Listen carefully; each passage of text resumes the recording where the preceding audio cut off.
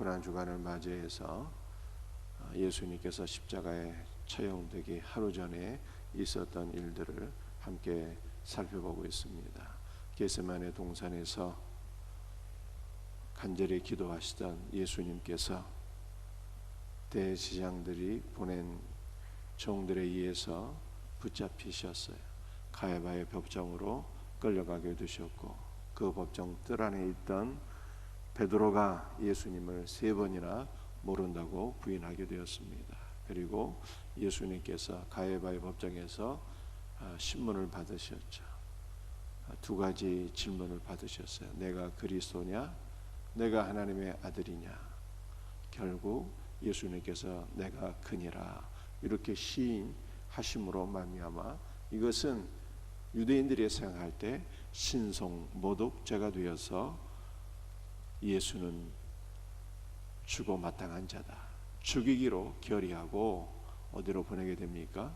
빌라도의 법정에 보내게 됩니다. 왜냐하면 유대인들이 대제사장을 중심으로 해서 모인 이 산헤드린 공회는 유대인들의 최고 사법기관이긴 하지만 사형권이 없기 때문에 사형권이 있는 로마 총독 빌라도에게 예수님을 보내게 됩니다. 빌라도에게 보낼 때 죄목은 어제 3가지를 살펴보았죠. 백성을 미혹하는 자다. 예수님은 정치적인 선동가는 아니지만 우리 마음을 성령으로 감화감동하시는 거예요. 우리는 성령에 의해서 예수님께 미혹을 당하는 자가 되어야 돼요. 예수님께 미혹당하지 않으면 마귀에게 미혹을 당하고 이단에게 미혹을 당하고 세상 유혹에 미혹을 당해서 영원한 멸망에 떨어지게 되는 것입니다. 저와 여러분들이 예수님께 우리의 영과 혼과 우리의 모든 것이 예수님께 사로잡히기를 주 예수의 이름으로 축복합니다. 우리 예수님이 고발당하신 그 다음 제목이 뭐였어요? 세금을 금하는 자다. 그러나 예수님께서는 이렇게 말씀하셨어요. 가이사의 것은 가이사에게, 하나님의 것은 하나님께 드려야 된다. 이렇게 가르치셨어요. 또 빌라도의 법정에서 예수님께서 3번째 제목은 자칭왕이다. 예수님은 세상 나라의 왕은 아니시지만 하나님 나라의 왕이시요 교회의 머리시요 우리 모두의 왕입니다. 그러므로 우리는 예수님을 왕으로 삼고 그분의 통치를 받으며 살아야 돼요. 그런데 총 제목은 4가지죠. 왜냐하면 미혹하는 자가 빌라도의 법정 총 제목은 4가지였어요. 왜냐하면 1가지가 더 추가가 되는데 이미 가야바의 법정에서 예수님은 신성을 모독하는 자라고 하는 죄가 언도되었기 때문에 총 4가지의 제목으로 빌라도의 법정에 고소가 된 것입니다. 신성모독, 미혹하는 자, 세금을 금하는 자, 자칭왕. 그런데 예수님께 쓰여진 4가지 죄목이 바로 우리의 죄가 되는 거예요. 이것이 무슨 뜻일까요? 여러분들 죄가 무엇입니까? 죄는 예수 그리스도를 모독하는 것이 죄예요. 이것이 신성모독입니다. 많은 사람들이 예수님을 모독하며 살고 있죠. 목수의 아들로 알고 있고 단순한 사람으로 알고 있고 예수님께 합당한 존귀와 영광과 찬양을 돌리지 않고 있습니다. 여러분들, 예수님은 어느 주에서 가장 존귀하신 하나님이시며 하나님의 아들이에요.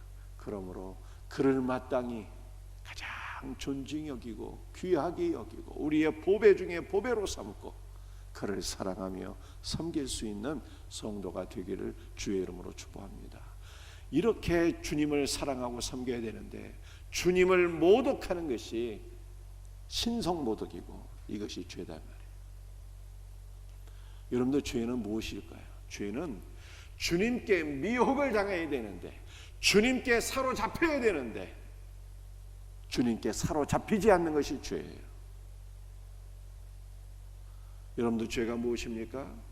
하나님의 것을 하나님께 드려야 되는데 하나님의 것을 하나님께 드리지 않는 것이 죄입니다. 찬송과 영광을 주님께 돌려드리지 않는 것이 죄예요. 우리 주님께서 우리에게 요구하시는 것을 마땅히 드려야 되는데 드리지 않는 것이 죄입니다. 하나님께서 하와와 아담을 창조하시고 첫 번째 요구하시고 명령하신 것이 무엇이었습니까? 생육하고 번성하라는 것이었어요. 첫 번째 명령이에요. 그러므로 우리는 생육하고 번성해야 돼요.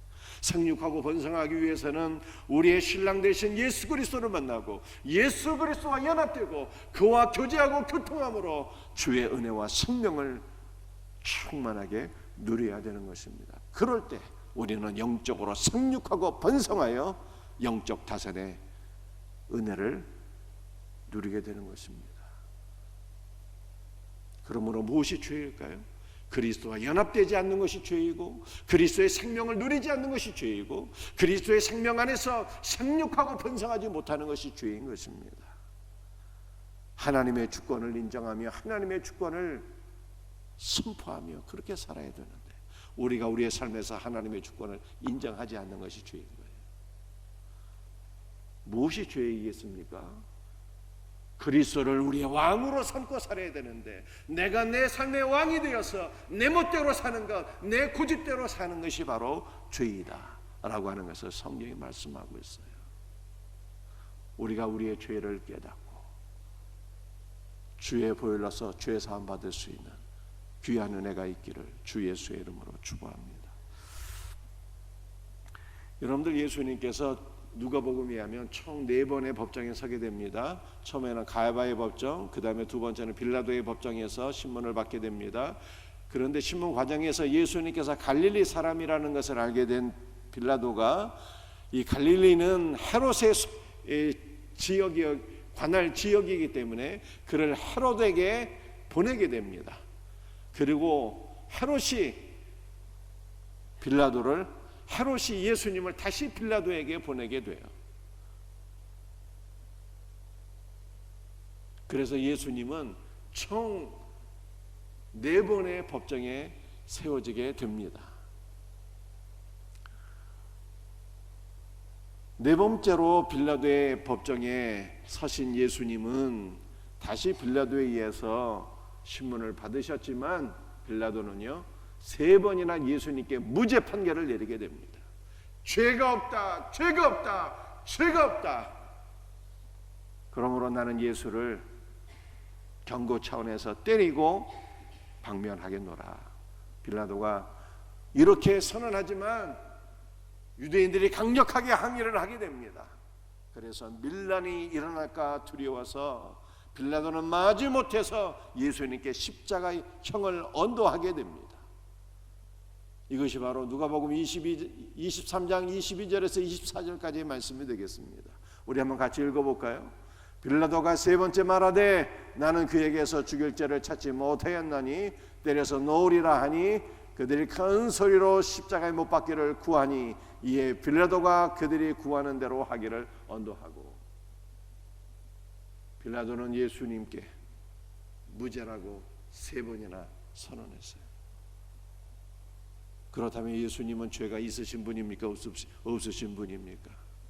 유대인들은 예수님을 4가지 제목으로 고소했지만 빌라도는 3번이나 무죄 판결을 했어요. 예수님은 죄가 없으신 분이에요. 그러나 우리의 죄를 짊어지시고 십자가 형을 받으셨어요. 그러므로 우리의 모든 죄가 십자가에서 소멸된 것을 믿으시기를 바랍니다. 여러분들 세상 법정에도 일사부재리의 원칙이 있잖아요. 일사부재리의 원칙이 무엇입니까? 동일한 죄에 대해서 2번 심판하지 않는다는 거예요. 한 번 죄를 지어서 형을 받게 되면 그것으로 모든 죄는 종결된다는 것이 일사부재리의 원칙. 우리 예수님께서 우리의 모든 죄를 짊어지시고 죄인이 되어서 십자가에서 죽임을 당하셨기 때문에 하나님께서는 우리 모두의 죄에 대해서 다시 신문하지 않으세요. 다시 형벌하지 않습니다. 우리의 모든 죄와 형벌이 십자가에서 다 제거된 것을 믿음으로 누릴 수 있는 우리 복된 성도들이 되기를 주 예수의 이름으로 축복합니다. 누가복음 23장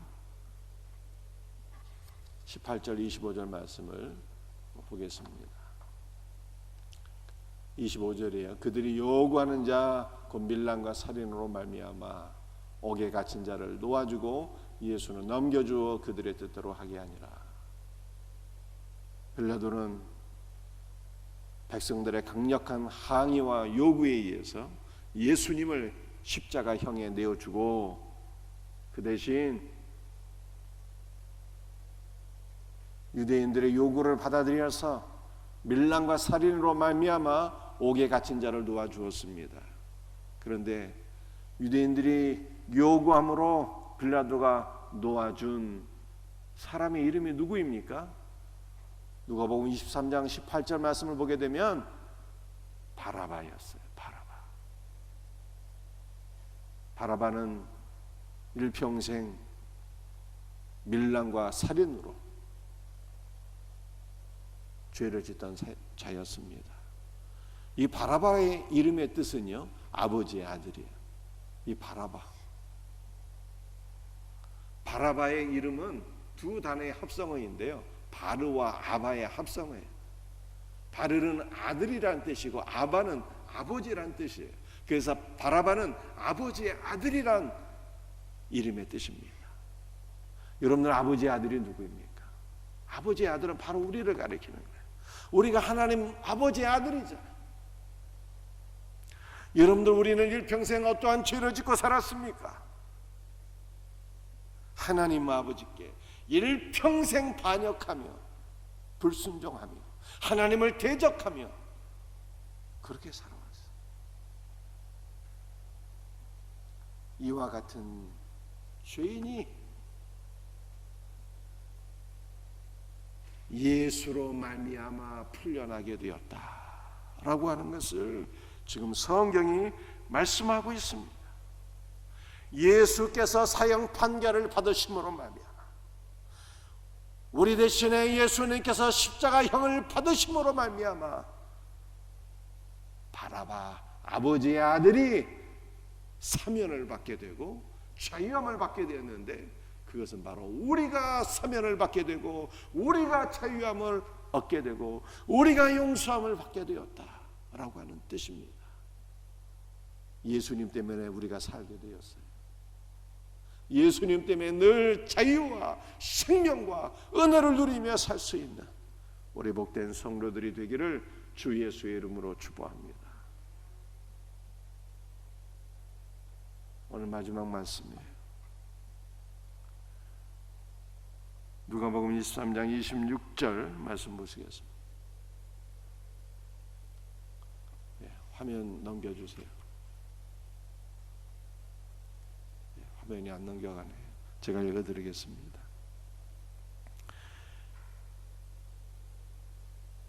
그들이 예수를 끌고 갈 때에 시몬이라는 구레네 사람이 시골에서 오는 것을 붙들어 그에게 십자가를 지워 예수를 따르게 하니라.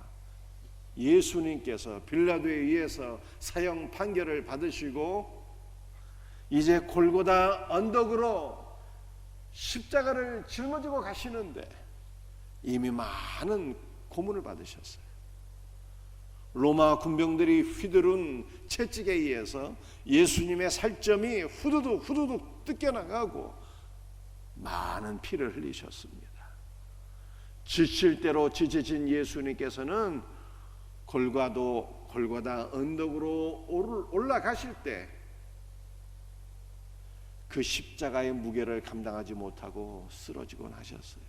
그래서 로마 군병들이 예수님의 십자가를 구레네 사람 시몬에게 짊어지게 했어요. 그래서 시몬이 예수님의 십자가를 짊어지고 예수님의 뒤를 따르게 되었습니다. 그래서 동일한 십자가를 두 명이 짊어지게 되었는데요, 처음에는 예수님께서 십자가를 짊어지셨고 예수님께서 짊어지시던 그 십자가를 구레네 사람 시몬이 함께 짊어지게 된 것입니다. 동일한 십자가를 예수님과 구레네 사람 시몬이 한 십자가를 짊어지게 됨으로 말미암아 그 십자가에서 위대한 치환이 오게 된 것입니다. 어떠한 치환이 오게 된 것입니까? 구레네 사람 시몬의 죄는 예수님께로, 예수님의 은혜와 생명과 십자가의 모든 공로는 구레네 사람 시몬에게, 이렇게 십자가에서 위대한 교환이 이루어지게 되었어요. 말씀 이해하십니까? 동일한 십자가를 예수님과 시몬이 짐으로 말미암아 십자가에서 위대한 교환이 이루어지게 되었어요. 시몬의 죄는 예수님께로, 예수님의 생명과 은혜와 모든 공로는 시몬에게로. 그러므로 이 시몬의 가문이 위대한 믿음의 가문이 되었어요. 로마서 16장 13절에서 이렇게 말씀하고 있습니다.